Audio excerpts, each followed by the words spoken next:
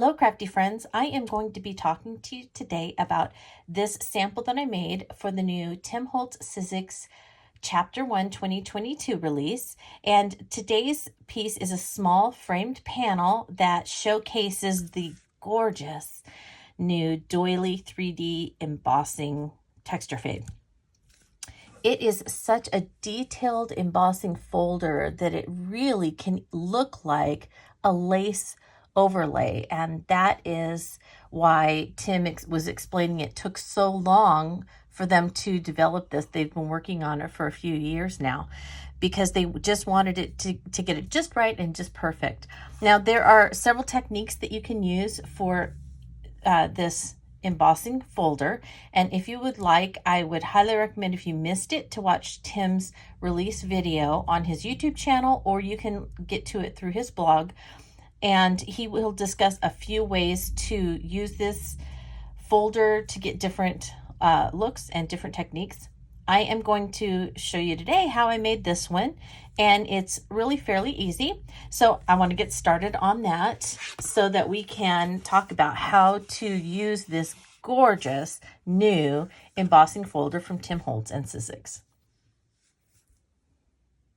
Before we get into any of the techniques, I do want to talk about some of the items that I used on this piece so that you can replicate it if you want. It is a small framed panel, and the framed panels come in a set of 2 from Ideology. These are retired, but you can still get them from quite a few retailers. They're still available to purchase until the supply runs out.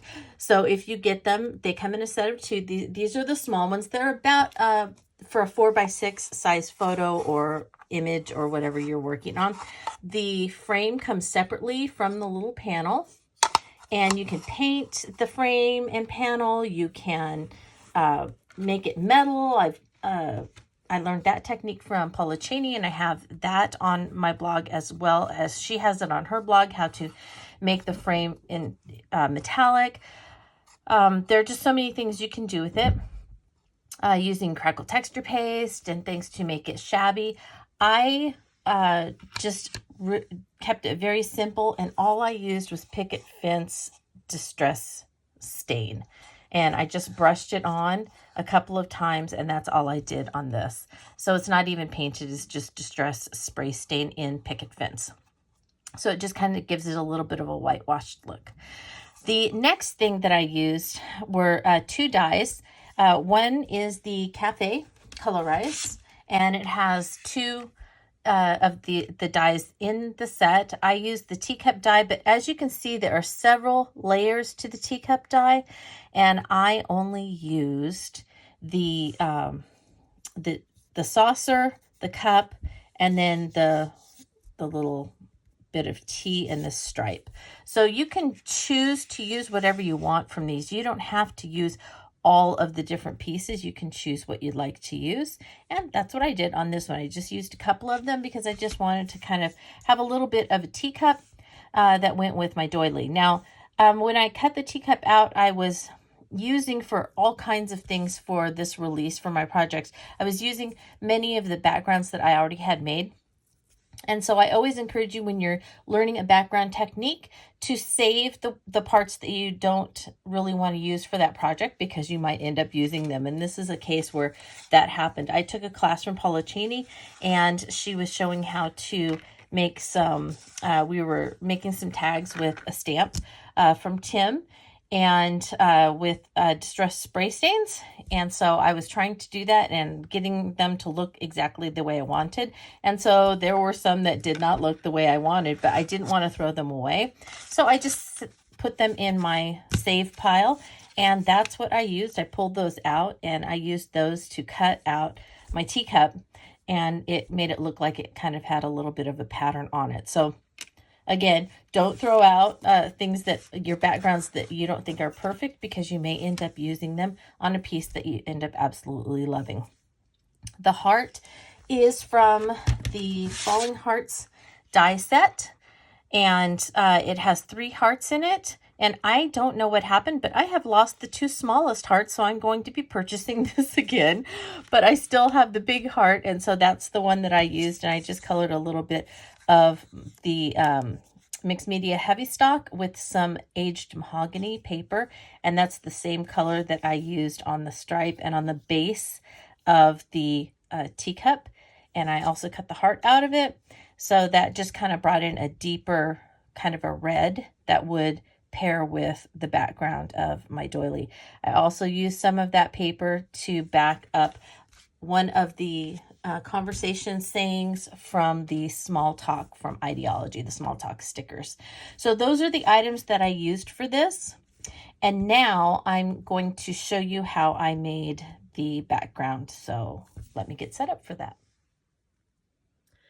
To make the background for this piece, you are going to need these items, and this is just to make this kind of peachy pink background. You can obviously use many different colors, but if you want it to look like this one, this is what you'll need.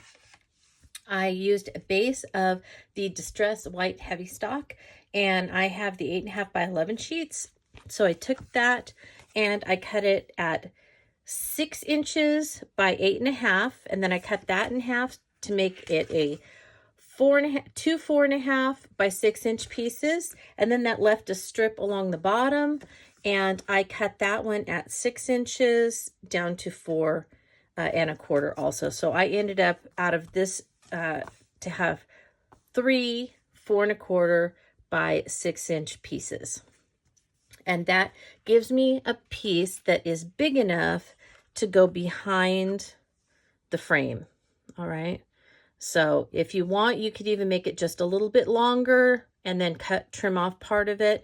That's up to you. But I felt like for me, 6 inches was long enough at least.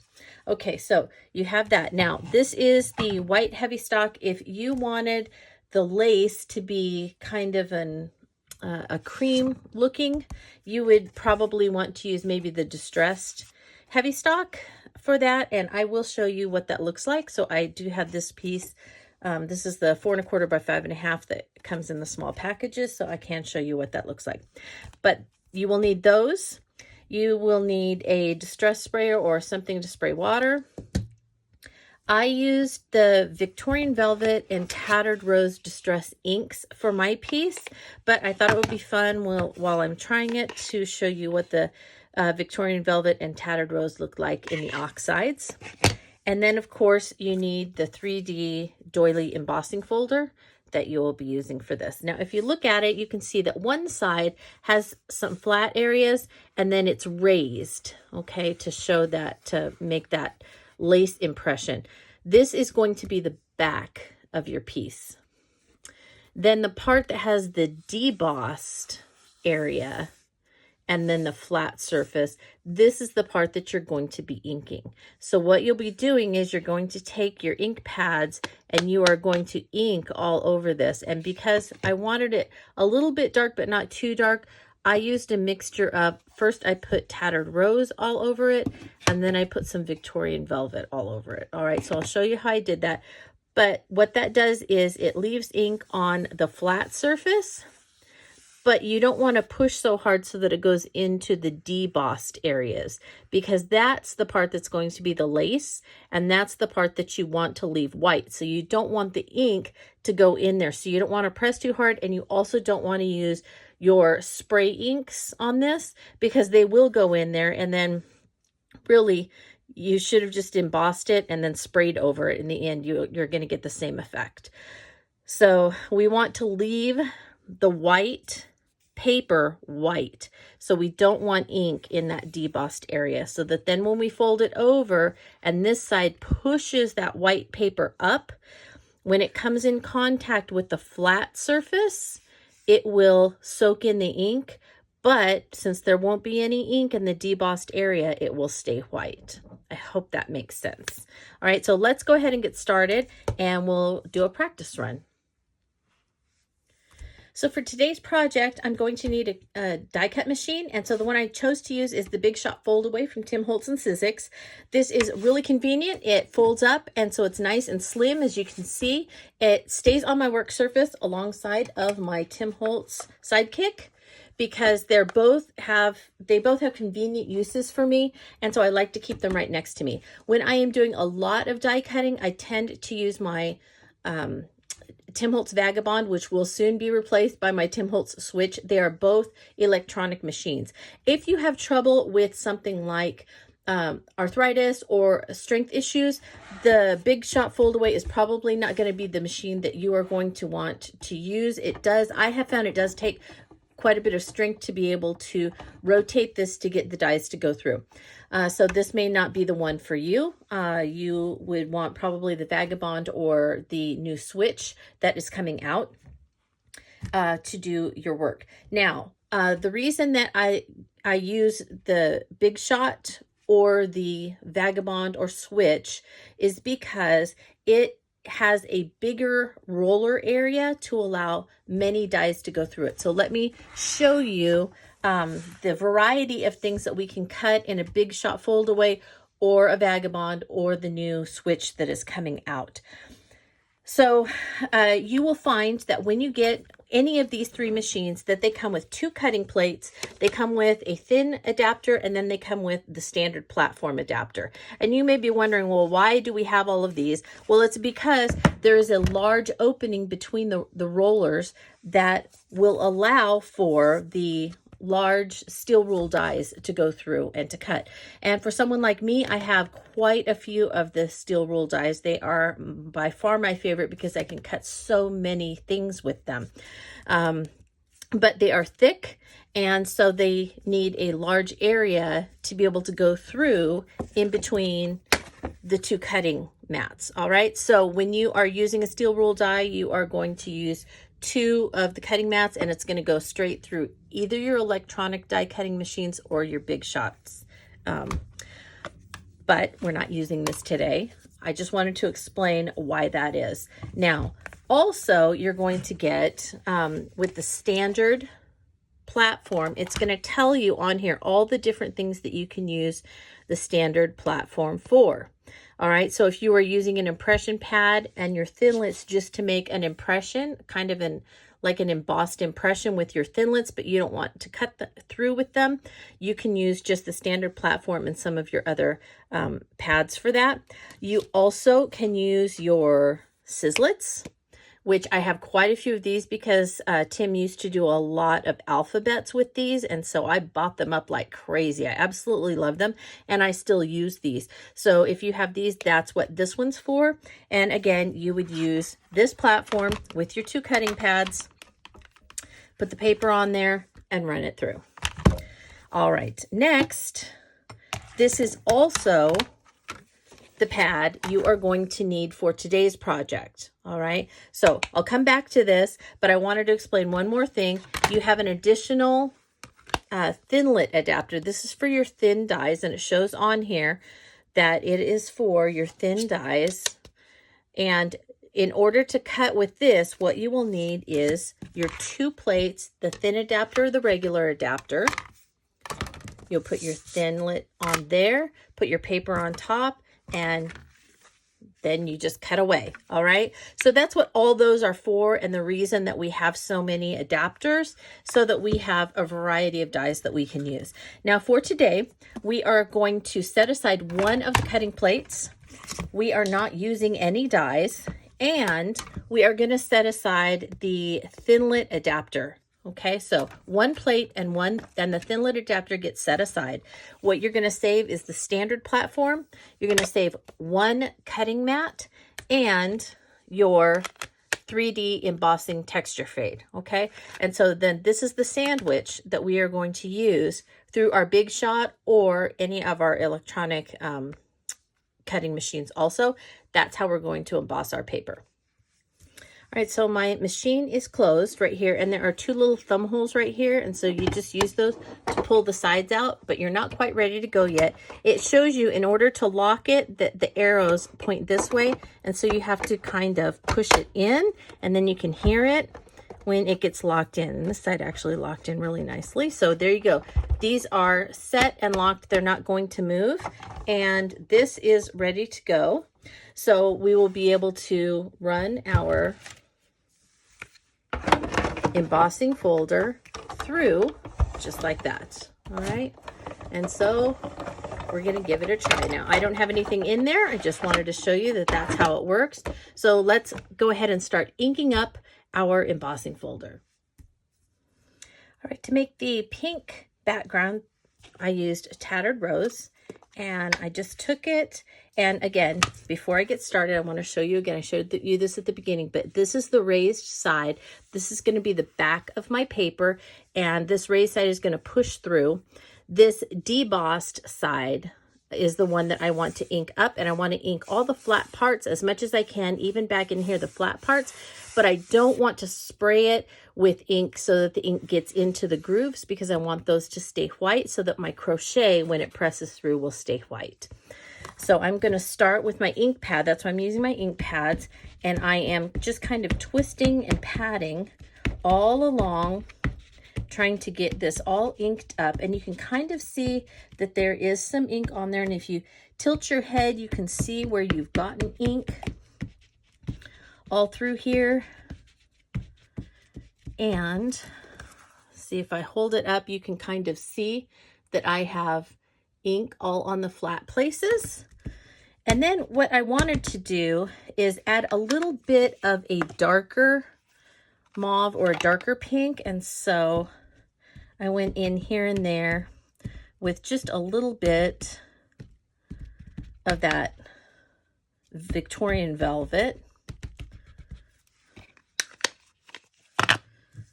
Then you're going to take and just spray it like once or twice, and you can see I kept my sprayer back a little bit because I just want to mist it. And then because it's a 3D embossing folder, I am going to mist my paper, and I'm just going to give that a little quick mist on both sides. I'm going to put it on here, and then I am going to fold this over. I'm going to hold it because I don't want it to move. I'm pulling my die cut machine out. I'm going to put it on the platform, and I'm still going to hold it. And I tried to put it on an angle a little bit. Still holding it. And I'm going to get it started, and then hold it as I put it through. And oftentimes you really only have to do it once. So I'm just going to do it once. And then if you feel like you want it a little bit deeper or a little bit more detailed, you could do it a couple of times. But there you can see I did that. Now you can see what happened here is that when I went in, I wasn't careful, and I got kind of some of that dark, you can see the outline. So I did not spritz my folder enough. So I'm going to go ahead and go in and spritz it a little more and see what I can, see if I can get it to move around a little bit. The other thing that you can do is you can take a blending, some blending, and go around just this flat area and kind of get that to fan out just a little bit. But you can see how the color went down and into it and left that white. Okay, now I think this is a good thing to show you that, see, I haven't done this in a few days since I finished my projects, right? Or a couple of weeks. So it's good to show you that sometimes it doesn't always turn out exactly the way you want the first time. And you can do things to kind of try and fix it if you want. I wanted to show you some of mine that didn't turn out exactly the way I wanted the first time. Now this one I used weathered wood, and I can still use this if I wanted, but it didn't really get some color down into these areas where I wanted color, but it doesn't look bad. And in fact, I might be putting a focal point on there and you would never see it, right? So this is still usable. I didn't throw it away. Here's another one I tried to do with weathered wood, but if you look, you can see how I kind of moved the paper when I got it put down. And do you see how it kind of made a shadow around there? And I really didn't like that because it kind of makes me feel like I'm looking at it and it's blurry. So I don't really like the way that this one turned out, and some of the crochet had blue on it and some of it didn't. It just, because it shifted. So that one wasn't successful. This is another one that shifted, and also I used different colors and then I wet it too much, and so my ink went down into the grooves in some parts. You can see how the crochet kind of got some color, and that's cool. And it may be a look that I want later on. It wasn't the look that I wanted this time. So I felt like this, because of the shift and because of the ink bleeding into my crochet, this also wasn't what I wanted. I worked on a couple of pink ones, and this one you can also see there was a shift. So I have some pink on the crochet and some white where I didn't want it white. And then this is one that I did, the first one that I tried, and it was light and it was peach and it looks okay. I just wanted to try it again and see if I could get it to be a little more crisp.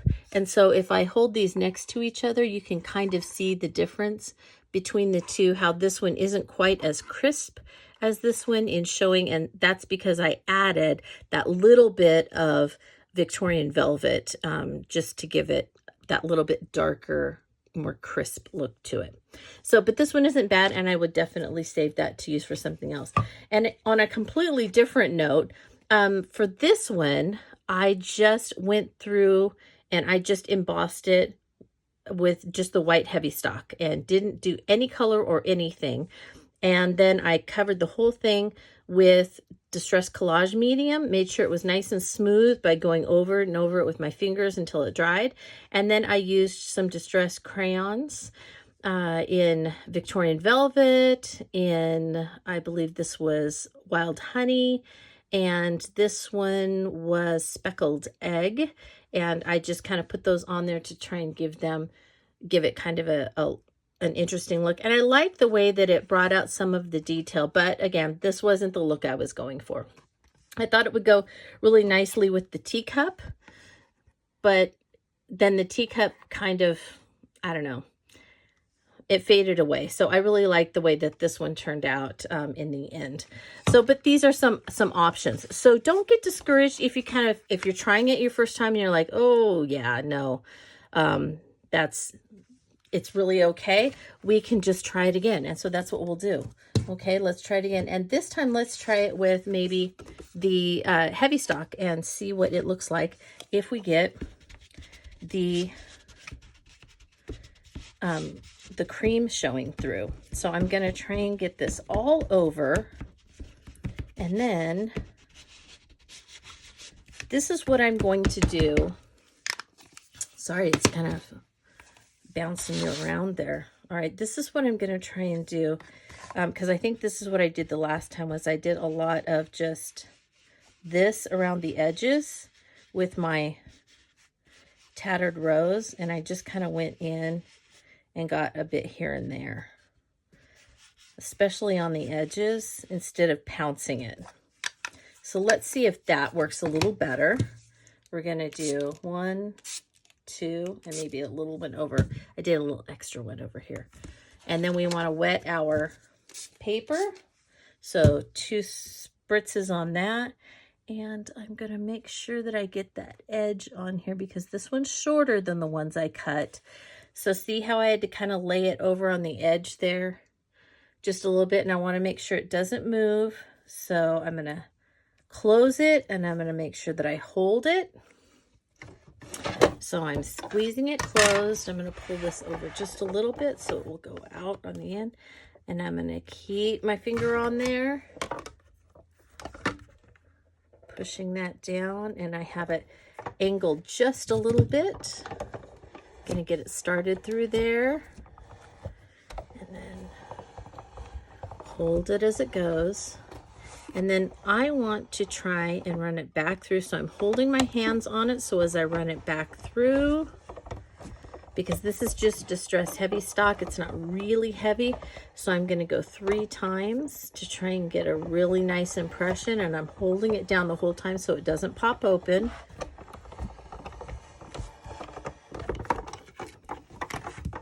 And let's see how that looks. Yeah, there we go. Now, see, you can see a little bit of the darker in there, but it's not a square. And it blended really nicely over here. And so I have a little bit that seeped up, so I may have gotten a little bit wet, but really it's not too bad. And it still looks like kind of an antique, you know, tatted tablecloth that would go over that. So this is just basically what I did when I was making my piece, is I ran several through until I got the look that I wanted and that I was happy with.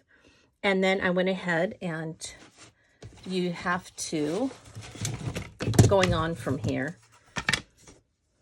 you have to attach it to the back panel with Distress Collage Medium. And I was very careful to make sure I had a nice even layer across the back, that I laid this in it.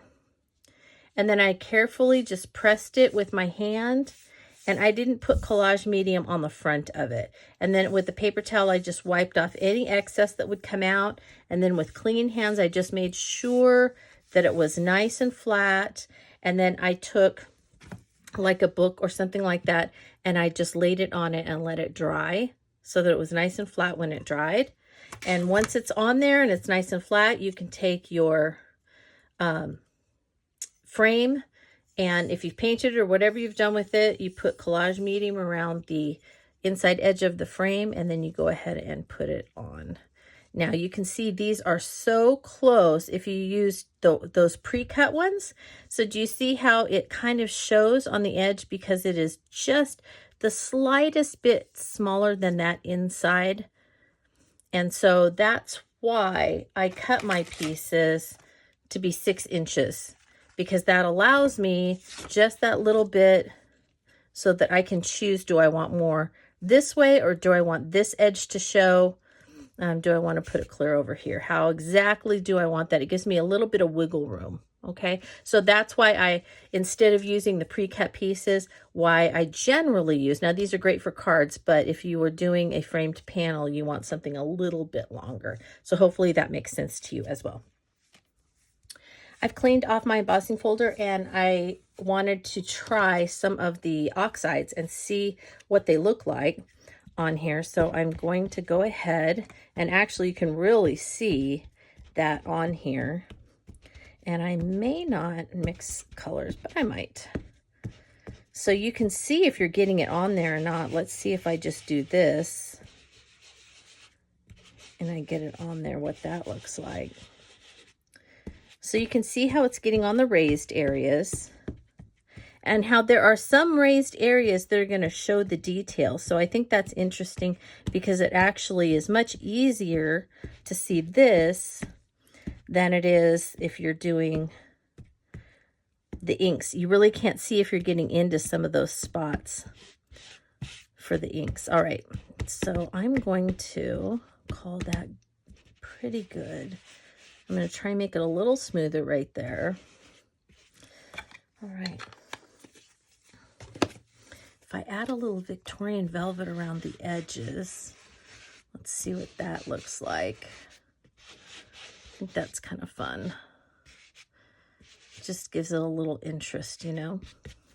Okay, I'm going to wipe that off. All right. That's really cool. So now I'm going to get this ready. I'm going to get my piece of white heavy stock. And remember, now we know why I have such a long piece, right? If I'm going to use my folder, I'm going to spritz the paper front and back, and then I'm going to do my 2 quick spritzes on my folder. And I'm going to lay it down. Okay.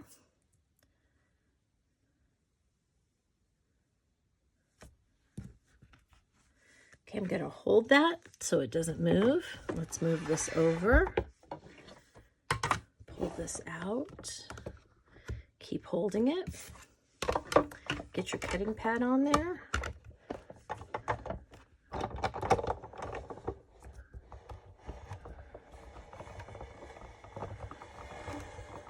And I want to,